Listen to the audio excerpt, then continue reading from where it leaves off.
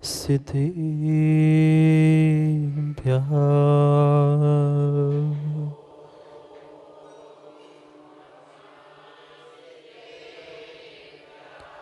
श्रीमत्परं गम्भीर स्याद्वान्मोघलाञ्छनम्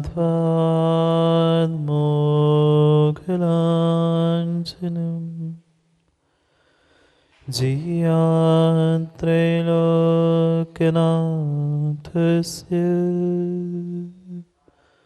शासनं जिनशासनम्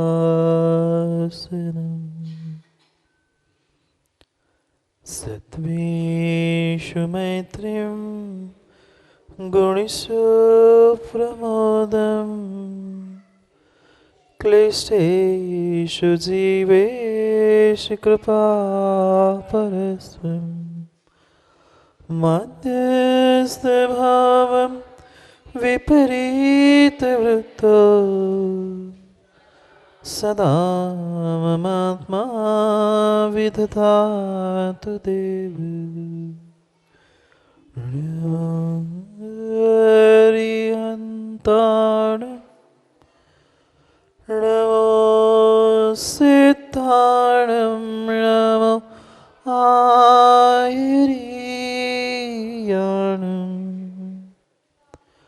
नमो छायाणं नमो लोय सर्वसारम्।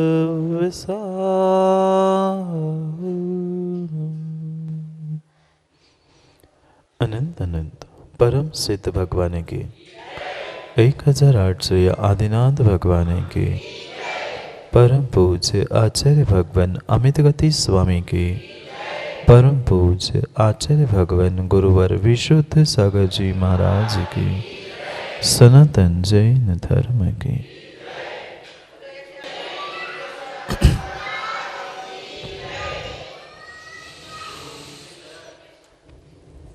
अंतिम निर्देश वर्धमान स्वामी के शासन में हम से विराजते हैं और उनकी ये पावन पीयूष देशना हम सभी के लिए परम उपकारी। अनादिकाल से हमारी आत्मा में जो जन्म जरा और मृत्यु रूपी रोग लगे, उन रोगों का उपशमन करने वाली कोई परम औषधि है तो वह एकमात्र यह जिनवाणी है। भव्य आत्मा, हमारी यह जिंदगी, हमारा यह जीवन एक खिलौना सा बन गया। पता नहीं कितने सारे लोगों ने हमारे जीवन के साथ खेल खेला। एक बालक भी होता है, वह भी खिलौनों को देखकर खुश होता है और उस खिलौनों को प्राप्त करके सुखी होता है। अपने आप को उन खिलौनों के साथ या खिलौनों को अपने साथ देखते हुए, प्राप्त करते हुए वह ये सोचता है कि मैंने बहुत कुछ अपने इस घर में, अपने जिंदगी में बहुत कुछ प्राप्त कर लिया। वास्तव में आज तक का हमारा यह जीवन, हमारा यह संसार बिल्कुल बिल्कुल उस बच्चों के खिलौने की तरह हो चुका है कि कोई हमें मित्र, कोई संबंधी मिलता है तो हम खुश होते हैं। हमें लगता है कि मैंने बहुत कुछ प्राप्त कर लिया है। मेरे इतने सारे मित्र हैं, मेरे इतने सारे सगे संबंधी हैं। जैसे वह बालक भी खिलौना टूटने पर रोता है, बिलखता है, चिल्लाता है, पूरा घर सर पे लेकर बैठ जाता है क्योंकि उसका खिलौना टूट चुका होता है। ऐसा ही थोड़ा सा भी कुछ संबंध, मित्र कुछ भी हमसे बिछुड़ जाता है तो हम वहाँ भी दुखी होते हैं। पता नहीं कितना वह बालक मूर्खता के कारण उन खिलौने की तरह आकृष्ट होता है, आकर्षित होता है और उसमें ही सुख और दुख मानता है। जैसे वह बालक की अज्ञानता थी, बालक की मूढ़ता थी, वह प्रत्येक प्राप्त हुए खिलौनों को अपना मानकर उसमें सुख और दुख मनाता था। मिलने पर सुखी खुश हो रहा था और टूटने पर, बिछड़ने पर वही दुखी हो रहा था। कुछ क्षण के लिए ही उस बालक के हाथ से उस खिलौने को छीन लेना, उसे लगता है मेरा सर्वस्व किसी ने लूट लिया है, वह खूब बिलखता रोता है। क्या हमारे साथ ऐसी स्थिति नहीं हो रही? बिल्कुल हमारा ये संसार जितना जितना मैं आज तक जीते आ रहा हूँ, प्रत्येक स्थान पर हमारे साथ यही घटित हुआ। ये बाहर के सगे संबंधी खिलौने नहीं हैं। अगर वास्तविकता में देखा जाए तो बॉबी भाई खिलौना तो हम बन चुके हैं। साक्षात हम स्वयं खिलौना बन चुके हैं। कभी हमारे साथ हमारे माता पिता ने, आप बच्चे थे तब आपके माता पिता ने आपको गोद में नहीं लिया होगा? क्या आपके गालों को, आपके बालों को उन्होंने नहीं खिलाया होगा? खिलाया, खिलाया। कितने कितने सुंदर खिलौना हम बने बचपन से लेकर बचपन तक और मरते दम तक। बचपन में माँ बाप ने खेला, थोड़े से बड़े हुए, थोड़े से बड़े हुए हमारे मित्र, उन मित्रों ने हमसे साथ खेला। समझना, कोई बाहर के प्लास्टिक के आदि के खिलौने की बात नहीं। मेरी जिंदगी कैसे खिलौना हुई और कैसे उन संयोगों से, निमित्त से हम दुखी होते रहे, वह रहस्य समझना है। बचपन में माता पिता मिले, सब संयोग मिला, अच्छे भले खासे घर में थे, खूब पैसा धन सब कुछ था, पर कितना कितना हमने वास्तविकता को समझने का आज तक प्रयास किया। बचपन में माता पिता थोड़े से किशोर हुए, थोड़े से किशोर होते ही मित्रों ने हमारे साथ खेला, पुनः थोड़े से और बड़े हो गए, युवा अवस्था प्राप्त कर ली, युवा अवस्था में शादी हो गई बॉबी भैया। फिर मित्र छूट गए, कोई एक और पत्नी नाम की वस्तु हम जान के घर में खरीद के लाए। यही इच्छा थी, यही सोच थी कि ठीक है, अब अकेला कहाँ तक मैं संसार में जीता रहूंगा, कोई तो मेरा सुख दुख बांटने वाला साथ चाहिए।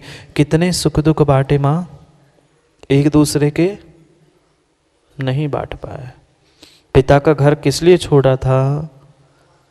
मात्र सुख की इच्छा के कारण छोड़ा था। जो बैंड बाजे के साथ गए थे, आलोक भाई शादी हो गई? पता है, मुझे पूछ रहा हूँ, पंचों के सामने पूछना पड़ता है। शादी हो गई, जो शादी हुई, बारात वगैरह लेके गए थे कि ऐसे ही सुने सुने गए थे? महाराज जी, बारात भी, बैंड भी, सब कुछ बजाते बजाते गए थे। इतना इतना ढोल धमाका था कि बाहर के उस ढोल धमाके की आवाज में हम अपनी भीतर की आवाज भूल चुके। अगर वे बाजे से जाकर पूछते तो बाजे भी कहते, चंद्रेश जी मैं बज इसलिए रहा हूं, अभी तो इसके आगे, बारात के आगे आगे बजते ना, बारात के आगे मैं इसलिए बज रहा हूं, इसलिए इतरा रहा हूं, अभी तो मैं बज रहा हूं। शादी के पहले और शादी के बाद में सबकी मुंडी नीचे हो गई, ऐसे ऐसे कर रहे हैं। सबको पता है बाद में कौन बजता है, पहले कौन बजता है। वे बाजे भी कह देते, अभी तो मैं बज रहा हूं, मैं जताना चाहता हूं कि बजने वाले की स्थिति क्या होती है। फिर भी आवाज के शोरगोल में वह घोड़े पर बैठा हुआ व्यक्ति भूल रहा है, अभी तो मात्र मैं बजाकर उसके द्वार पर पहुंच रहा हूं, जिसे तुम ला रहे हो बजा बजा कर, अभी तो वो घर में आके फिर नहीं बजाएंगे। ऐसी भले ही नहीं बजाए, पर ये तो बजता ही है कि नहीं बजता है माँ। कैसी कैसी विडंबना है इस संसार की। वह बचपन में माता पिता ने, युवा किशोर अवस्था में मित्रों ने, फिर जब युवा हुए, शादी हुई, वह पत्नी ने, पति ने एक दूसरों को खिलौना बनकर खेलना प्रारंभ किया। क्या किया? भूल चुके थे कि जहां जहां संयोग होगा वहां वहां दुख होगा। कितना बड़ा भ्रम था, कितना बड़ा भ्रम था। संयोगों को हम जोड़ते गए, संबंधों को जोड़ते गए।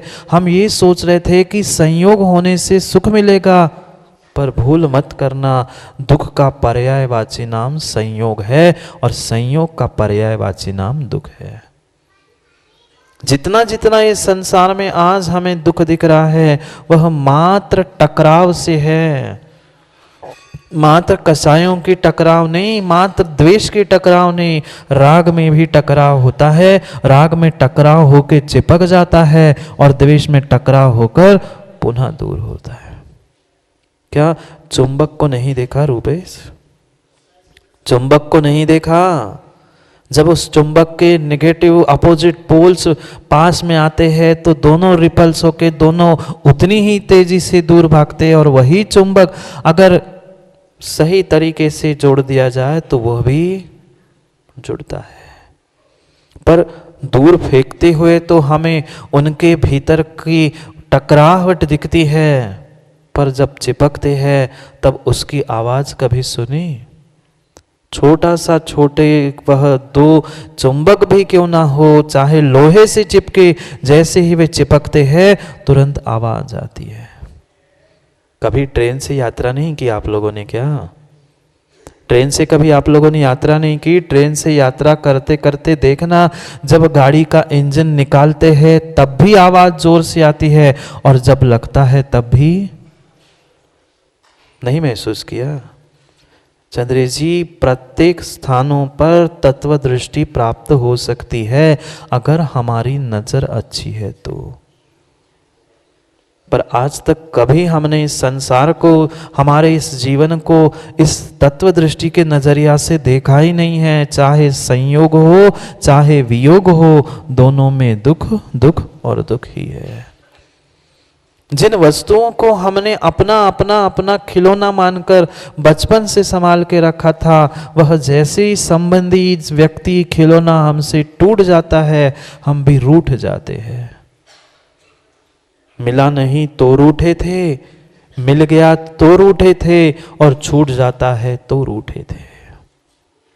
कितनी विचित्र बात है अपने मन की। सबको संभालना माँ बहुत आसान है, सिवाय अपने मन के। ये जितना दुख तुम आज घर में उठा रहे हो, वह बस किसी और की बदौलत नहीं है, अपने मन के नहीं मानने के कारण है। पक्का है, ये पक्का है कि हमने अपनी मन की नहीं मानी और हमने अपने मन को नहीं मनाया, इसलिए संसार में मैं दुख उठा रहा हूं। पता नहीं कैसी ये मन की विचित्रता है। जैसे ही हमें कोई पर वस्तु दिखती है, पर व्यक्ति दिखता है, हमें भीतर कहीं ना कहीं लगता है, अरे यार ये भी मेरे साथ चाहिए था, ये भी मैं घर लेके आ जाऊं, ये ऐसा होगा तो कैसा होगा, ऐसा मित्र भी मुझे मिलना चाहिए। ये जितने जितने हमने संयोग संबंध जोड़ने का प्रयास किया है, उतने हमने दुख और दर्द झेले हैं।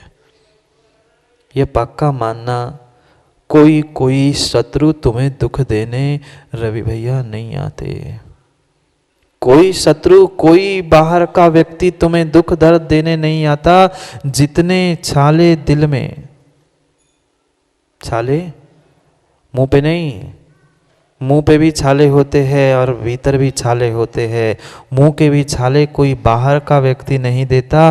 तुम्हारे ही गड़बड़ खाने से मुंह के छाले हुए थे, ऐसे ही तुम्हारे भीतर के भी हृदय के छाले भी कोई बाहर का व्यक्ति देने नहीं आया था।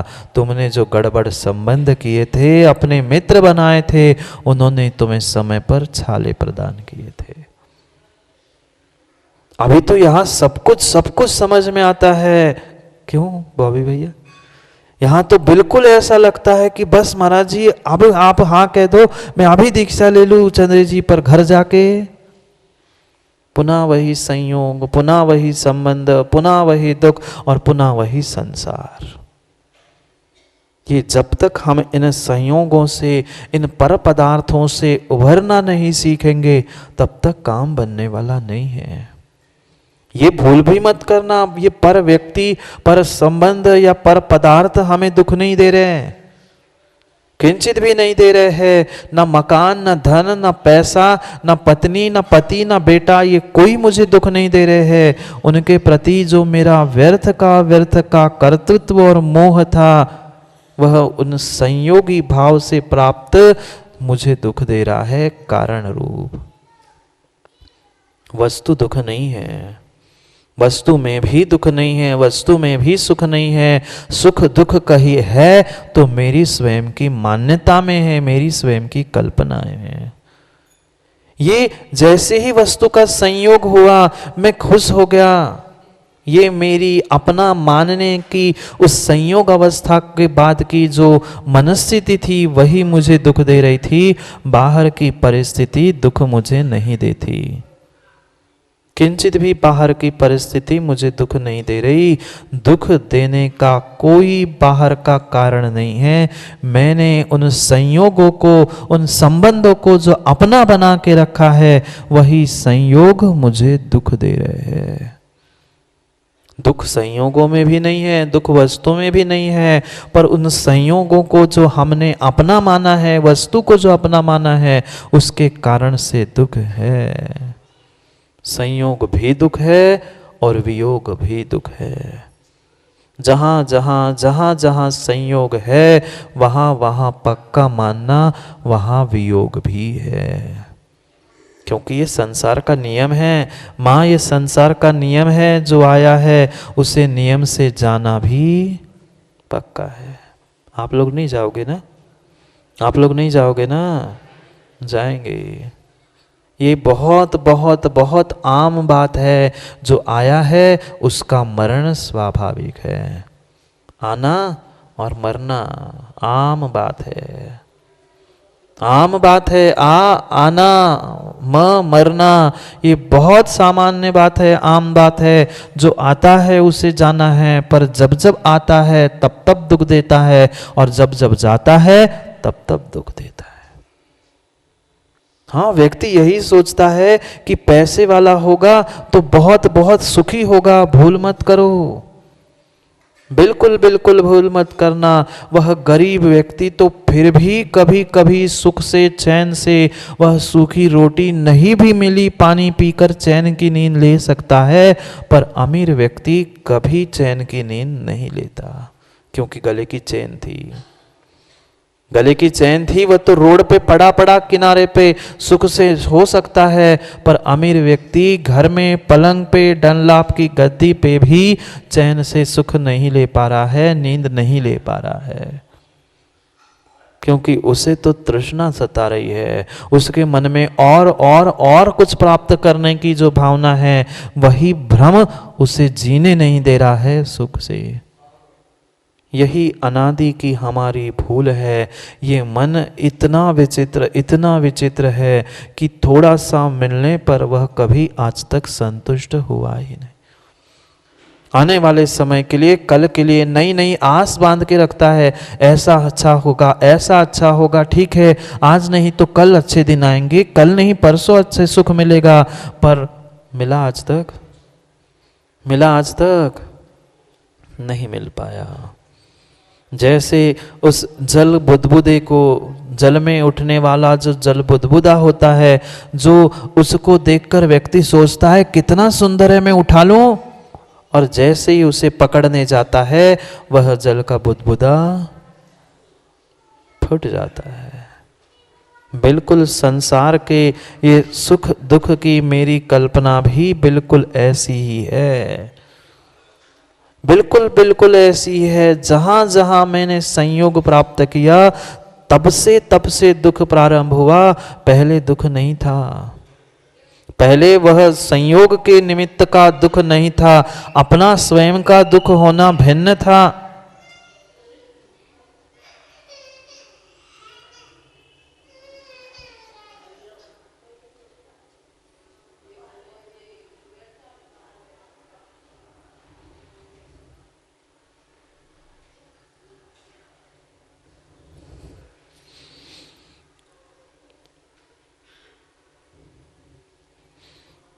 कितना कितना संयोग हमें मिला, पर उस संयोग का सदुपयोग हम नहीं कर पाए।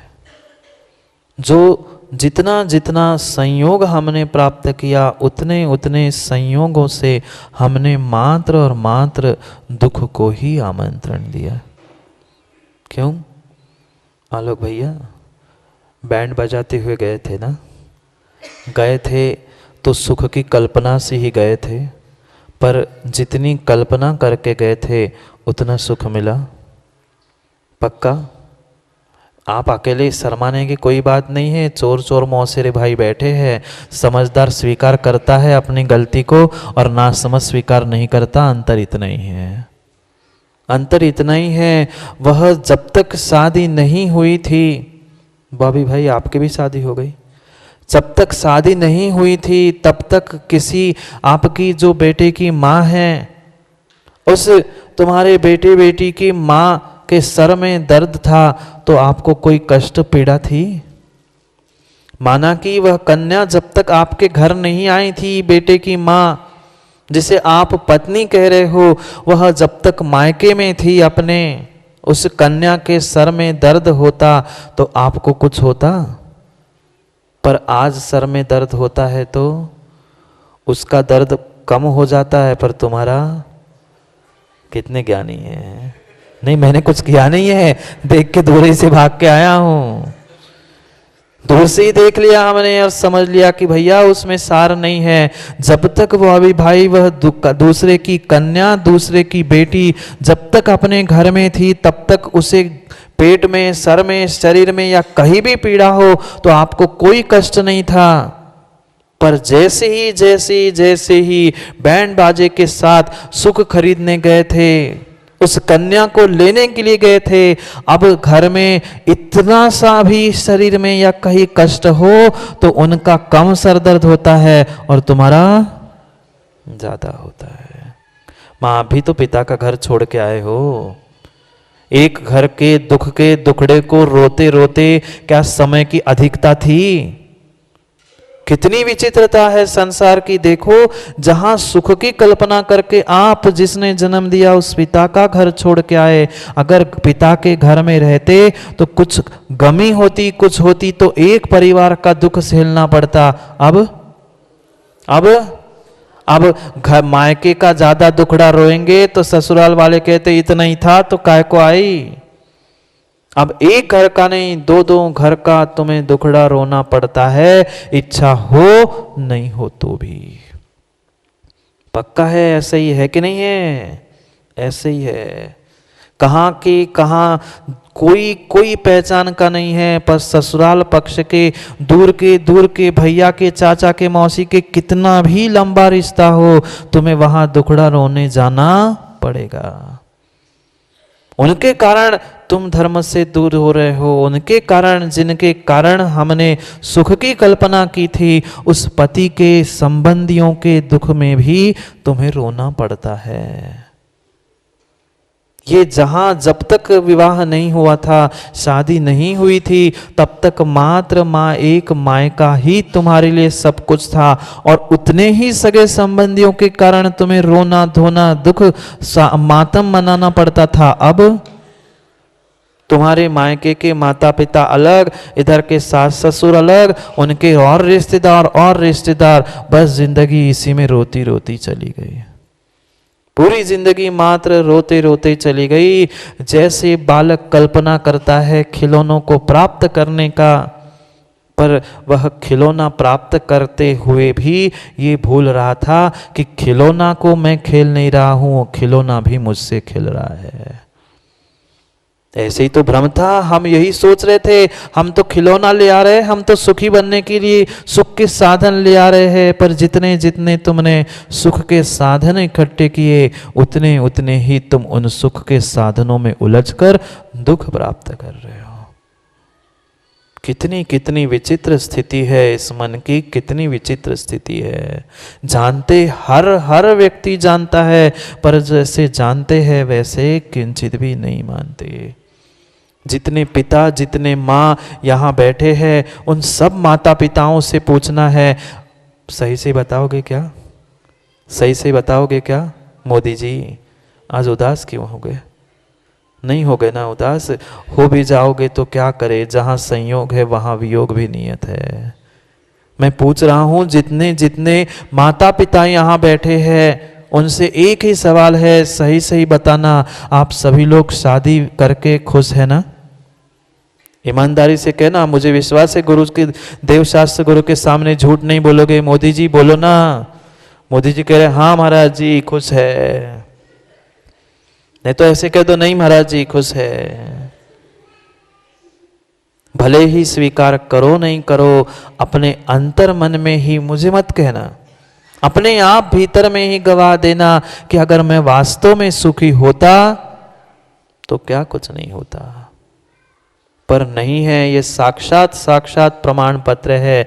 और एक छोटा सा काम कर लेना फिर माँ पिताओं, एक छोटा सा और जरूर काम कर लेना। आप भले स्वीकार करो नहीं करो, एकांत में अपने बच्चों से, अपने संतानों से माँ अवश्य कहना कि बेटा मैं तो सुख शांति की खोज में जिस कन्या को ले आया, या पिता का घर छोड़ के दूसरे घर में आया हूँ, वहां पर मुझे सुख मिला। ये पक्का है, जिसका जैसा नियोग होगा वो वैसा काम करेगा। पर कम से कम कल ये तो नहीं होगा कहने के लिए कि मुझे कोई कहने वाला नहीं था। मैं गड्ढे में गिर चुका हूं, मुझे दुख है, मुझे परेशानी, मुझे कष्ट है। कम से कम आने वाली पीढ़ी को, आने वाली संतान को इतना, अगर पिता और माँ ईमानदार हो, धर्मात्मा हो, बस एकांत में अकेले में कान में कहना, ये पक्का है रवि भाई, उसका जैसी उसकी होनहार होगी वो वैसा ही काम करेगा। पर आप कहने से चूकना मत कि बेटा मैंने जो सुख की कल्पना करके, जो भावना भाकर दुख खरीद के लाया हूं, ऐसा दुख खरीदने तुम मत जाना। आलोक भैया कह दोगे? कह देना। अगर सच्चे पिता है तो सच्ची माँ और सच्चे पिता कभी भी बेटे को गड्ढे में डालेंगे ना। पर क्या करे, हमारी आदत हो चुकी, हम गिर गए सो तुम्हें और गिरा दे, लो धक्का मार के। क्यों? कर्तव्य नहीं है, जे कर्तव्य नहीं है, जे कर्तव्य चंद्रे जी भूल चल रही है, बहुत बड़ी भूल चल रही है। ये कर्तव्य श्रावक के यही नहीं है। 6 कर्तव्य बताए ना, उन कर्तव्यों को तो पाल नहीं रहे हैं। बच्चों को जन्म देना, उनकी शादी करना, उनको, हम गड्ढे में गिर गए, हमारी कट गई सो तुम्हारी भी काट दे, ये कोई कर्तव्य नहीं होता। नहीं होता, हो ही नहीं सकता। कर्तव्य वही होता है, धर्मात्मा वही होता है जो अपने आने वाली संतान को धर्म के मार्ग पर लगाता है। अरे हम तो झुलस ही रहे हैं, हम तो जल ही चुके हैं। अब तुम्हें मैं जलने से बचा लूं, कम से कम सत्य मार्ग बता तो दूं। तेरा जैसा उपादान होगा, तेरी जैसी होनहार होगी, वैसा होगा, ये भी पक्का है। पर कम से कम कल उत्तम चंद जी लोग ये तो ना कहे, संतान ये तो ना कहे हमसे किसी ने कहा ही नहीं था। नहीं तो मैं भी, आते हैं ऐसे बहुत सारे लोग, महाराज जी पहले ही मिल जाते ना तो हम आगे बढ़ते ही नहीं। अब तुम बढ़ चुके हो, तुम गड्ढे में पहुंच चुके हो, कम से कम आने वाली संतान को एक बार जरूर कह भर देना, हमने अपने उत्तम पिता के पद का निर्वाह किया, उसका जैसा उपादान होगा फिर वो वैसा काम करे, फिर खूब करा देना। पर कल कोई कहने वाला ना मिले कि ऐसा क्यों हुआ, कोई समझाने वाला नहीं था क्या? सत्य का बोध तो कम से कम मां होना होगा, तभी काम बनेगा। ये पक्का है कि पंचम काल का जीव है, तीव्र कसाई होगा, तीव्र विषयों का लोलुपी होगा। तुम क्या साक्षात, मैं क्या साक्षात महावीर भगवान भी आ जाएंगे तो वो बात नहीं मानने वाला है। पर कहना जरूर है कि जहां जहां तुमने संयोग के वशीभूत होकर सुख मानने का प्रयास किया है बेटा, वहां वहां तुम्हें दुख दुख और दुख ही मिलने वाला है। भूल मत करना, भूल मत करना। फिर वो करे उसका विषय हमने तो बता दिया था। कितना कितना उस संयोग के वशीभूत होकर हम कितने बड़े बड़े दुखों को प्राप्त कर रहे हैं। सब संसार के दुखों की जड़ ये संयोग भाव है। ये योगों का संयोग हो, शरीर का संयोग हो, शरीर के निमित्त से प्राप्त होने वाले इन सगे संबंधियों का क्यों संयोग ना हो। ये प्रत्येक संयोग मुझे दुख देने वाला है। मिलने पर भी रोना है, बिछड़ने पर भी रोना है। संयोग में भी दुख है और वियोग में भी दुख है। परम परम सत्य है ये। जब तक हमें उस संयोगी भाव के निमित्त से ममत्व भाव उत्पन्न नहीं हो रहा है, तब तक हमें उसमें कभी राग, कभी द्वेष, कभी इन बातों को समझने के लिए शक्ति प्राप्त नहीं हो पा रही है। पर यह पक्का है, अपने अपने दुख को रोता पता है, अपने अपने सब रो रहे हैं, पर रोते हुए कोई भी दिख नहीं रहा, क्योंकि बाहर नहीं रो रहे, हम अपने आप भीतर भीतर ही बिलख रहे हैं। भले ही सबके सामने कितने ही अच्छे से तुम मुस्कुरा लेना, पर माँ भीतर भीतर सबको पता है मेरी स्वयं की कितनी है औकात, कितनी है, हर कोई जानता है।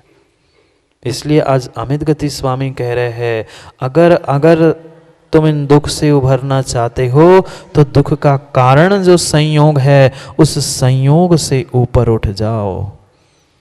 पर पदार्थों के प्रति जो तेरा ममत्व भाव है, उस ममत्व भाव से अपने आप को हटाने का प्रयास करो, तो ही कुछ जीवन में कार्य सफलता से कर पाओगे, नहीं तो नहीं कर पाओगे। ये नहीं कह रहे हैं कि तुम पूरा घर परिवार सब छोड़ के हमेशा के लिए कहीं जंगल में जाकर अकेले रहो, पर कम से कम भीतर बॉबी भाई 24 घंटे में आधा एक घंटा ये भाव तो आए कि मैं कर रहा हूँ, गलत कर रहा हूँ। अगर गलती का एहसास होगा तो अंतिम सांसों तक हम पक्के में सुधर जाएंगे। इस भव के संस्कार अगले भव में काम आएंगे, अगले भव के संस्कार और अगले भव में काम आएंगे। जब पारसनाथ भगवान को 10 भव लगे थे तो हमारी क्या गणना होगी। हमें तो कई हजारों सैकड़ों भव लगेंगे, तब जाकर हम सामायिक समता को प्राप्त करेंगे। पर अभ्यास आज से अभी से करना होगा, क्योंकि छठे काल में पता नहीं, जाना है ना, जाना है आप लोगों को। छठे काल में अगर धोखे से गए तो वहां न देव, न शास्त्र, न गुरु, न धर्म, कुछ भी मिलने वाला नहीं है। अभी मिला है ये देव शास्त्र गुरु का संयोग मिला है, कम से कम उन संयोग का सदुपयोग करो ना। हमने हमारे इन योगों का प्रयोग अच्छा किया, ना बाहर के मिले हुए संयोगों का प्रयोग हमने अच्छा किया। मात्र वहां भी हम दिखावा और कसायों में ही उलझते रह गए। कैसी विचित्र दशा है। जब तक हमें भान नहीं होता तब तक हमें उन खिलौने से, उन व्यक्तियों से, उन वस्तुओं से संयोग अवस्था में सुख लगता है, और जैसे ही वे संयोग टूटते हैं व्यक्ति रोता बिलखता है। एक पिताजी अपने बेटे की और अपने पत्नी की विदाई लेते हुए नगर छोड़ के जा रहे थे। पिता ने कहा, बेटा ध्यान रखना, मैं कुछ बरसों के लिए, कुछ महीनों के लिए बाहर गांव जा रहा हूँ, अच्छे पैसे कमा के लाऊंगा। थोड़ा सा व्यापार अपने नगर में कम चलता है, मैं बाहर जाके व्यापार करके आता हूँ। माँ ने भी बेटे के कह दिया, ठीक है, कुछ महीने कुछ वर्ष तो मैं बिता लूँगी, और उसके बाद तो आपको लौट के वापस आना होगा। पति ने, उसके बेटे के पिता ने कहा, ठीक है, अभी तो जाने दो, फिर मैं जल्दी ही अमीर बनकर, बड़ा व्यक्ति बनकर लौटूंगा। समय बीतता गया, माँ और बेटा दोनों ही परिवार में इतनी व्यवस्था करके गया था कि जब तक लौट के नहीं आएगा तब तक इनके दिन चलते रहे, उसकी पढ़ाई होती रहेगी और घर भी चलता रहेगा। कुछ साल बीत गए, बेटा थोड़ा सा समझदार हो गया, थोड़ा सा बेटा समझदार हो गया और पढ़ाई लिखाई में भी होशियार था। अचानक एक दिन उन बेटे और माँ के खुशियों का पारावार नहीं समा। वे अपने आप को संभाल नहीं पाए, क्योंकि बेटे के पिता का पत्र आया था कि मैं अमुक तारीख को, इतने तारीख को मैं पहुंच रहा हूं बड़े शहर में, वहां पहुंचूंगा जहाज से और शाम तक घर में लौट आऊंगा। बेटा खुश हो गया, सोचता है इतने सालों बाद मेरे पिताजी लौट के आ रहे हैं, क्यों ना ऐसा हो कि मैं शहर तक उनको लेने के लिए जाऊं। माँ ने खूब कहा कि बेटा अभी तू इतना समझदार, इतना बड़ा नहीं हुआ, इतने बड़े शहर में तू कहाँ रुकेगा, कहाँ क्या करेगा, मत कर। पर हट तो हट, बाल हट स्त्री हट, इसके सामने किसकी चली। उस बालक ने हट पकड़ ली कि नहीं माँ, इतने सालों बाद पिता आ रहे हैं, हर साल मैं पिता की राह देखते देखते इन आँखियों को तरस गया हूं उन पिता को देखने के लिए। हर साल मात्र मैं तुम्हारे साथ मेरे मित्रों के पिता, उनके सब कुछ मैं देखता हूं, मैं भीतर अब नहीं सहन होता, मुझे तो पहले जाके पिता से मिलना है। माँ कहती है बेटा तू कैसे जाएगा अकेले। वे कहता है मैं अकेला नहीं जाऊंगा, मैं एक दो मित्रों को साथ ले जाऊंगा, क्योंकि मैं उनको भी दिखा दूंगा कि मेरे पिता कैसे हैं। यहाँ आने पे तो सब मिलेंगे, पर सबसे पहले मैं अपने पिताजी की मुलाकात अपने मित्रों के साथ कराऊंगा और बता दूंगा कि मेरे पिता भी बहुत अच्छे, बहुत बड़े आदमी। अब खूब समझाया पर बेटे ने मानी नहीं, बेटे ने हट पकड़ के रखी थी, जिद कर लिया। माँ ने कहा ठीक है बेटा, ध्यान रखना पर अपना स्वयं का, और जो साथ जा रहे हैं उनका भी, और उनके माता पिता और उन सब से कह दिया। और वह शाम को रवाना हो गया, शाम को जाकर रवाना हो गया। और उसे पता था एक धर्मशाला है, वहाँ पर उस धर्मशाला में जाकर विश्राम करना है। वैसे ही पहुंचा वह शहर में, और पास की जो धर्मशाला उसे पता थी, उनके मित्रों को पता थी, वहाँ वह पहुंचा। पर अचानक कुछ ऐसी विषमता थी कि वहां पर उस धर्मशाला में उस दिन कोई भी कमरा खाली नहीं था। कोई यात्री वहां आए थे, बहुत बड़े सेठ जी थे, उनके साथ बहुत बड़ा तामझाम था, बहुत सारे लोग थे, और उनके कारण से धर्मशाला के सभी कमरे भर चुके थे, कोई खाली नहीं था। बेटा वहाँ के उस चौकीदार से कहता है चौकीदार कुछ कमरा दे दो, कुछ स्थान दे दो, मैं कहीं विश्राम कर लूँ, ठंड के दिन है, कहाँ बाहर सोऊंगा। वो कहता है भाई कमरा खाली नहीं है, मैं कहाँ से दूँ। वो कोई सेठ जी आए हैं, पता नहीं कहाँ से आए हैं, उन्होंने सब कमरे अपने लिए है और जगह ही नहीं है, स्थान ही नहीं है, क्या करूँ। वो कहता है कि भाई कुछ तो कर ले, हम 2-3 लोग हैं, बस रात ही की बात है, सुबह मैं चला जाऊंगा, मुझे कुछ नहीं चाहिए। वो चौकीदार मना करता रहा। धीरे से बालक समझदार था, जेब में से एक नोट निकाली। जैसे नोट निकलती है वो तो बड़ों की तो पूरे ऊपर से नीचे ही घुस जाती है। जैसे ही उस नोट को देखा उस चौकीदार का ईमान, बड़े बड़े लोगों का जब ईमान ढल जाता है, तो वो तो चौकीदार था, उसने वो कड़क नोट देखी, उसका भी ईमान ढलपुल हो गया। और जैसे ही उसने नोट पकड़ी हाथ में, उसने कहा ठीक है, कमरा तो नहीं है, तुम काम करना, मैं चौकीदारी गेट पे करूंगा, तुम मेरे कमरे में तुम लोग सो जाना, तुम लोग मेरे कमरे में छोटे से सो जाना, रात भर ही तो सोना है। उसको फिर दया भी आ गई, पैसे भी मिल गए, उसने अपने कमरे में सुलाया, वो बाहर चौकीदारी करने लगा। कुछ अचानक ऐसी घटना घटी, जो वह बालक था जिस पिता की खोज में वह आया था, वह सो भी नहीं पाया 1 घंटा, उसके अचानक पेट में दर्द हुआ। घर का खाने वाला शहर में आकर बाजार में उस दिन पहले आया, सब बाजार की सामग्री खाली और अचानक बहुत पेट दर्द होने लगा और चिल्लाने लगा, बिलखने लगा, रोने लग गया। धर्मशाला में सेठ जी थे। अब सेठ जी तो सेठ जी होते, बड़े आदमी थे। अब उनकी नींद डिस्टर्ब होने लग गई, आवाज चिल्लाने की और उस बिलखने की आवाज आई। उसने चौकीदार को बुलाया, क्या हो रहा है? मैं शांति के लिए रात भर रुकने के लिए आया हूं, तुम समझ नहीं पा रहे? बड़ा आदमी था, उसे दया आनी चाहिए थी, पर दया करुणा तो भूल गया। वो घमंड में आकर, गुस्से में आकर कहने लगा, भगा दो इनको, शांति से रात भर सोने भी नहीं देते। मैंने तुम्हारे पूरे धर्मशाला का किराया दिया है, ये क्या नाटक लगा के रखा है? भगा दो इन बच्चों को। कहता है, चौकीदार को दया आई, सेठ जी रात की बात है, कुछ पीड़ा है, उसको पेट में दर्द हो रहा है, इसलिए वो चिल्ला रहा है, दवाई करने का प्रयास करूंगा, पर उस भगा देंगे तो ऐसी ठंड में बेचारा कहाँ जाएगा?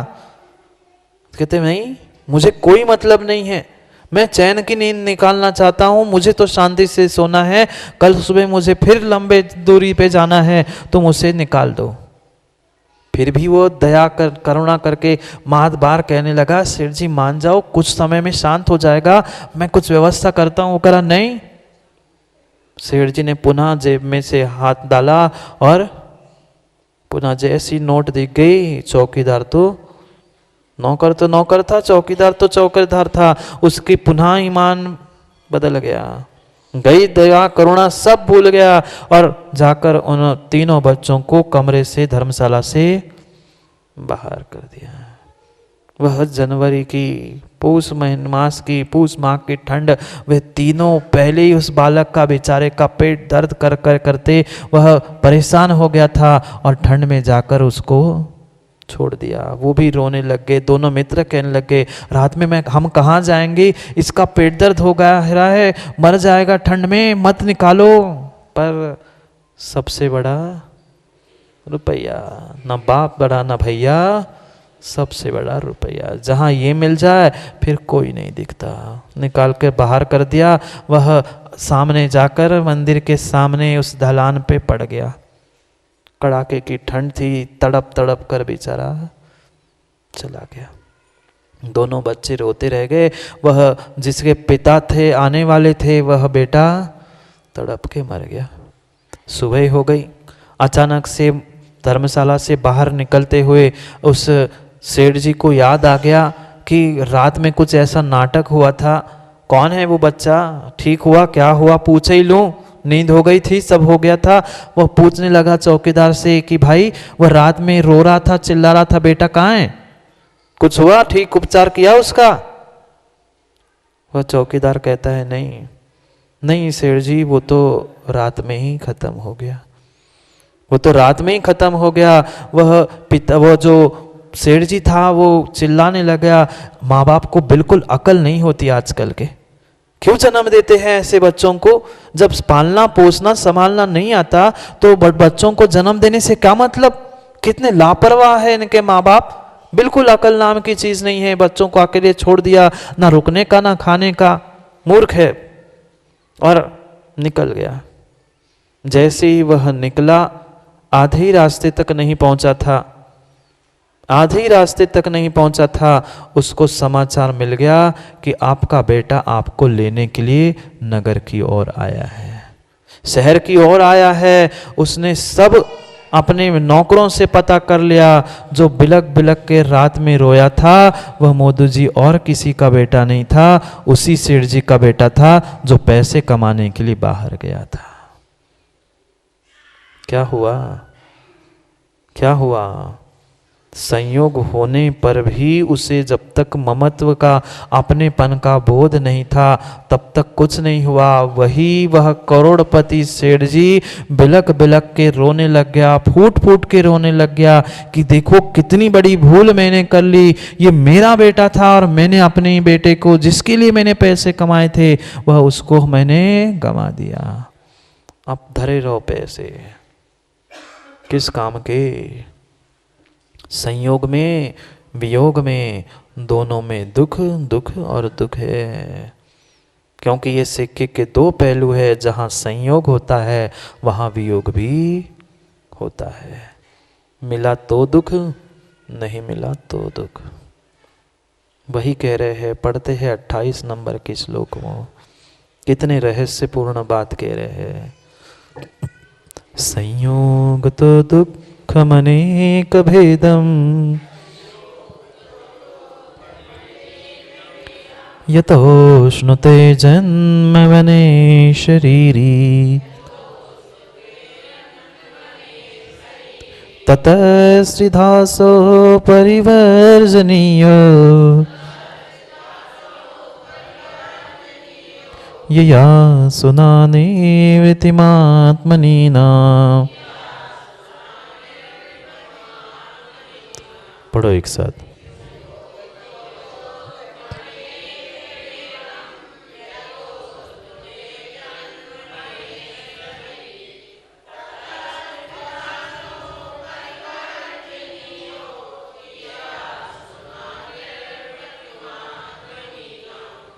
संयोग तो दुख मनेक भेदम। संयोग के कारण अनेक अनेक अनेक प्रकार के दुखों को इस जीव ने प्राप्त किया।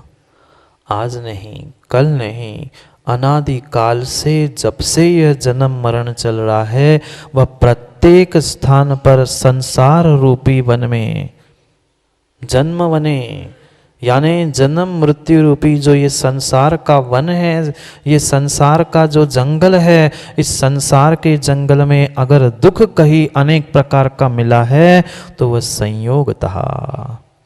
संयोग के कारण है, पर वस्तु, पर व्यक्ति, पर पदार्थ के कारण जो हमने अपना अपना या संयोग भाव प्राप्त किया था, वह संयोगी ममत्व भाव के कारण ही वह दुख को प्राप्त कर रहा है।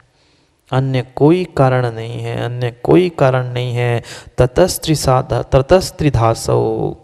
इसीलिए अतः हे भाई समझो, अगर इन दुखों से छुटकारा चाहते हो, थोड़ा सा भी छुटकारा चाहते हो, तो आत्मनीनाम यानी जो अपनी कल्याणकारी मुक्ति को देने वाला या मुक्ति को प्राप्त करने की इच्छा करने वाला कोई है, असौ त्रिधा। ये तीन प्रकार का जो संयोग है, उसे तीन प्रकार के संयोग से छोड़ दो। तीन प्रकार के संयोग, तीन प्रकार से यानी मन वचन काय से, तीनों प्रकार से इन संयोग संबंधों से दूर हो जाओ, अगर मुक्ति को प्राप्त करना चाहते हो तो। भावना भाने की बात चल रही है, सामायिक में बैठे बैठे क्या और कैसा चिंतन करना, उसके लिए ये भावना द्वात्रिंशति का बता रहे हैं कि ऐसा चिंतन हमारा होना चाहिए कि जितने दुख मिले हैं, ये जितने सगे संबंधी हमारे संयोगी बने हैं ना, इनके कारण ही मुझे दुख मिल रहा है। अगर सुखी होना है, मुक्ति को प्राप्त करना है, इन सब से निवृत्त होना ही पड़ेगा, तब जाके मैं सुखी हो पाऊंगा। निवृत्त, परित्याग करो इन सब का मन से, वचन से और काय से, तभी काम बनेगा, अन्यथा बनने वाला नहीं है। जितने जितने जितने जितने आज तक दुख मिले हैं, दुख हमने खरीदे हैं, वे बुद्धि पूर्वक खरीदे हैं। भले किसी ने टका दे के खरीदे हैं, किसी ने समय दे के खरीदे हैं, पर खरीदे सबने दुख ही दुख है। अगर सच्चे सुख की चाह है, मुक्ति की चाह है, तो उस प्रत्येक जीव को, प्रत्येक जीव को, प्रत्येक व्यक्ति को इन संयोगी भावों को, संयोगों को, वियोगों को, सब नियोगों को तीनों प्रकार से छोड़ना होगा। मात्र शरीर से नहीं और मात्र चंद्री जी मन से भी नहीं, वचन से भी, काय से भी नहीं। तो कह दो हमने तो मन से छोड़ दिया है सबको, वो तो घर में रह रहा हूं। नहीं, मन से भी, वचन से भी और काय से भी, तीनों योगों से हमें इन संयोगों को छोड़ना होगा, तो ही काम बनेगा, अन्यथा काम बनने वाला नहीं है। समय हो गया है मोदी जी, समय हो गया है, संयोग का, वियोग का, संयोग का भी और वियोग का भी। जब संयोग होता है, जब एक जगह पे संयोग होता है तो कहीं ना कहीं वियोग हुआ होता है, तब संयोग होता है। और कहीं वियोग हुआ है तो कहीं संयोग भी हुआ है। इसलिए माँ संयोग में मत खुश हो, न वियोग में कभी बिलखो। ये तो प्रकृति का और संसार का स्वभाव ही है। जो आया है उसे जाना भी पड़ता है, और जो जाता है उसे कभी कहीं और जगह पहुंचना भी होता है। इसलिए समझो और संभलो अपने आप को, अपने प्रत्येक परिणामों को और प्रत्येक समय का योग का सदुपयोग करना सीख लो। समय हो गया है, 1 महीना पता चला माँ, 1 महीना 1 दिन पूरा हो गया। आज 8 तारीख को आए थे, आज पुनः 8 तारीख है। 8 ही कर्मों को जीतना है और 8 ही गुणों को प्राप्त करना है। आप करो ना वाचना, हम थोड़ी मना कर रहे हैं। 2 क्या पूरे महीने की आप ही वाचना कर लेना, क्योंकि वाचना तो जब तक चल रही है तब तक वाचना तो चलती रहेगी। पर जहाँ जैसा नियोग होता है उतना ही उनको संयोग मिलता है, और संयोग का अंतिम फल वियोग भी हुआ करता है। इसलिए जितना मिला, जैसा मिला, उतना सब कुछ सदुपयोग करने का प्रयास करना। क्योंकि वाचन करना तो उत्तम चंद जी हर कोई जानता है, पर उसका पाचन करना भी जरूरी है। बहुत सारा वाचन करते बहुत कुछ अब पाचन करने के लिए काम दे दिया है कि जो काम दिया है, जो पढ़ा है हमने, उसको पचाने का प्रयास करना। क्योंकि वाचन तो कई बार हो चुका होगा ना, रोज नहीं पढ़ते, सामायिक पाठ पढ़ते हैं, पर पाचन कितना किया? जितना वाचन कर रहे हैं उतना पाचन भी करो। वाचना और पचाना दोनों भी जरूरी है। हाँ, वाचना भी और पचाना भी दोनों आवश्यक है। जिसका जितना बड़ा बर्तन, उसको उतना बड़ा उसका लाभ भी मिलता है। इसलिए जो सबने अपने योगों को संभाल कर इस वाचना को और सामायिक पाठ को, भावना द्वात्रिंशदिका को समझने का प्रयास किया है, वह वास्तव में अगर जीवन में कुछ बदलाव ला रहा है तो ही वह वाचना करने का और ये पढ़ने का, सुनने का माँ कुछ सार्थक होगा, अन्यथा होने वाला नहीं है। क्योंकि कलश का तो निष्ठापन हो ही चुका है। अब जो बेचारे पुण्यात्मा मोदी जी अपने अपने घर में रानू कलश उठा के ले भी जाएंगे, पर वह मात्र कलश का निष्ठापन हुआ है। हमारे जो संस्कार हमने महीने भर में प्राप्त किए हैं, उन संस्कारों का निष्ठापन ना हो। क्योंकि दुखी होने से कुछ नहीं होता है रवि जी।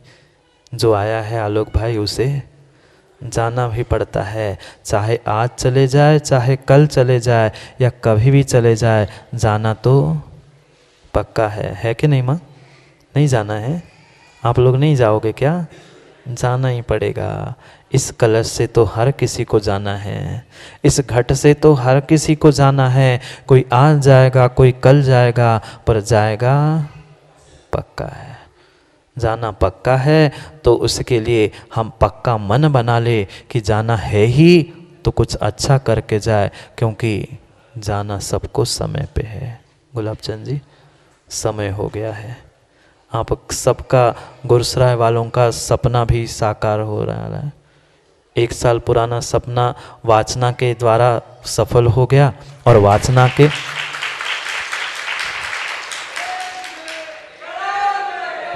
और उस वाचना के अंतर्गत जो सब युवाओं ने, वृद्धों ने, माताओं ने, बहनों ने जो मिलकर धर्म की प्रभावना और 20 साल पुराना समाज का सपना जो साकार होने जा रहा, वह वास्तविकता में मैं तो यही कहता हूँ, जब अगले, क्योंकि इतने ज्ञानी चंद्र जी ये लोग हैं, अभी जाने की बात ही नहीं हुई थी, पहले ही उन्होंने आगे का प्रोग्राम फाइनल करके रख दिया है। हम बहुत ज़्यादा ज्ञानी हैं, क्या करें। और हाँ कहने से पहले ही आचार्य से आशीर्वाद मंगा लेते हैं, क्योंकि ऊपर तक पहुंचे बड़े बड़े लोगों के, सो हम कुछ कह ही नहीं पाते। इसलिए जो युवाओं ने, वृद्धों ने, बालकों ने, सब ने मिलकर जो कार्य प्रारंभ किया है, माताओं आप लोग नहीं चाहते ना जो जल्दी सी 24 बने और अपने वो नसिया का काम हो जाए? नहीं चाहते? चाहते हैं तो मैंने 2 दिन पहले भी कहा था, पुनः कह रहा हूँ, आप लोग नहीं मानोगे ना? मानेंगे ना? तो इतना इतना इतना अवश्य कर लेना कि जितने जितने लोग, क्यों युवाओं आप लोग नहीं चाहते 24 बन जाए रुपेश?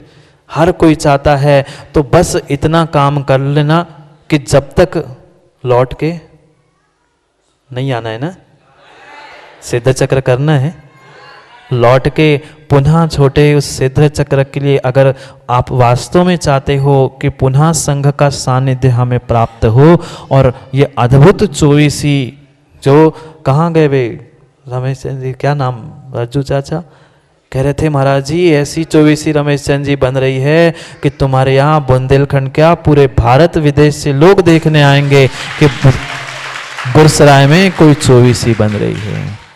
अगर आप ऐसे ही तन मन और धन तीनों से लगे रहोगे तो पक्का मानना ये भी एक इतिहास मात्र वेदी और प्रतिमा का नहीं, मैं तो वो भी इतिहास लिखवाना चाहता हूँ कि मात्र 4-6 महीने के अंतराल में जमीन से लेकर नीम से लेकर शिखर तक की पूरी भूमिका गुरसराय वाला ने बनाई थी। ऐसा अद्भुत कार्य हमें जितनी जल्दी हो सके उतनी जल्दी करना है। रमेश चंद्र जी करना है ना, इतनी जल्दी करना है, क्योंकि ना पल का भरोसा है ना कल का भरोसा है। कल पता नहीं किसकी आंखें बंद हो जाए, उसके पहले ही हम वह अपने सपने को साकार करते हुए उस 24 और उत्तुंग उस जिनालय की रचना को भी भगवान का भी अभिषेक होते हुए देखे, और उस संयोग वियोग से दूर होने के भावों का पुरुषार्थ करें। क्योंकि समय तो माँ अब हो ही गया है, घड़ी का भी और सबका भी। सामायिक पाठ तो चलता ही रहेगा। सामायिक पाठ कब पूरा होता है? रोज करने के लिए कहा है, और कैसे पूरा होगा? सामायिक पाठ पूरा हो नहीं हो, मेरे जीवन का पाठ पूरा हो जाए, मेरे जीवन में सामायिक आ जाए, वास्तव में वही सामायिक पाठ और वही भावना द्वात्रिंशति का है।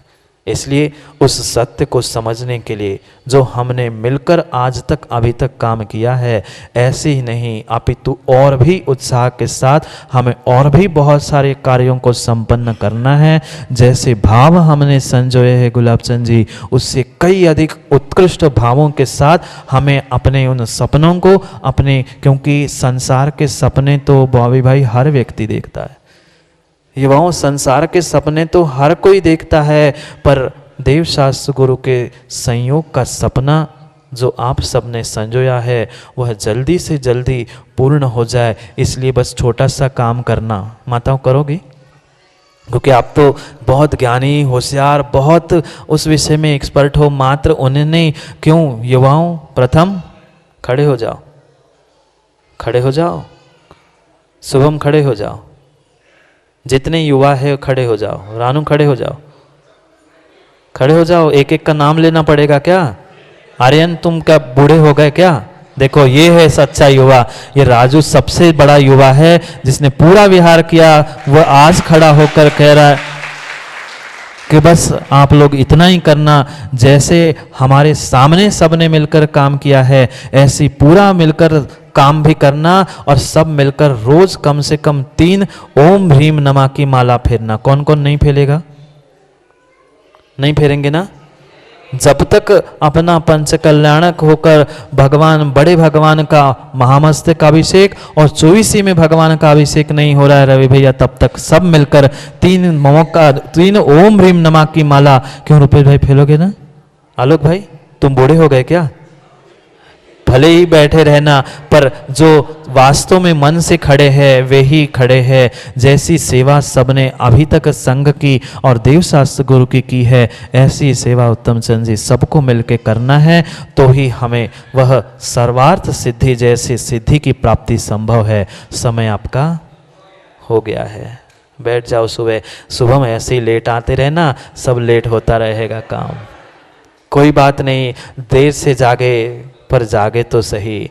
सुबह का भटका, सुबह का भटका शाम को लौट आए तो उसे भटका नहीं कहते। भले ही 20 साल बाद सही, आज सही राह मिली है, सही मार्ग मिला है, उस मार्ग को मंजिल तक पहुंचाने का काम समाज के एक एक घर का, एक एक व्यक्ति का है। जिन भावनाओं से विश्वास मानना, जितनी जितनी उत्कृष्ट भावनाओं से आप समर्पित होंगे, उतना उतना विशेष विशेष फल आपको मिलेगा।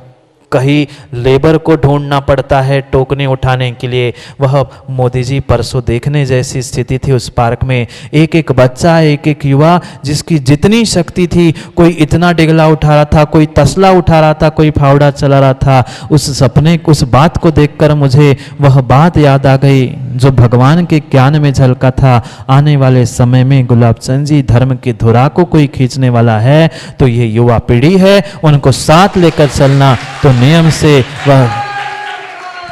से वह हमारे जिनेंद्र भगवान का जयघोष होता रहेगा। उन मचलते हुए युवाओं का जोश, मचलते हुए युवाओं का जोश और वृद्धों का होश दोनों मिल जाएगा तो मां नियम से जिनवाणी का जयघोष होता रहेगा। हमें उस नमोस्तु शासन का जयघोष करने के लिए समय को समय पे समझने के लिए समय पे मिलना है, क्योंकि समय पे किया गया काम समय को दिलाता है। बोलिए भगवान महावीर स्वामी की।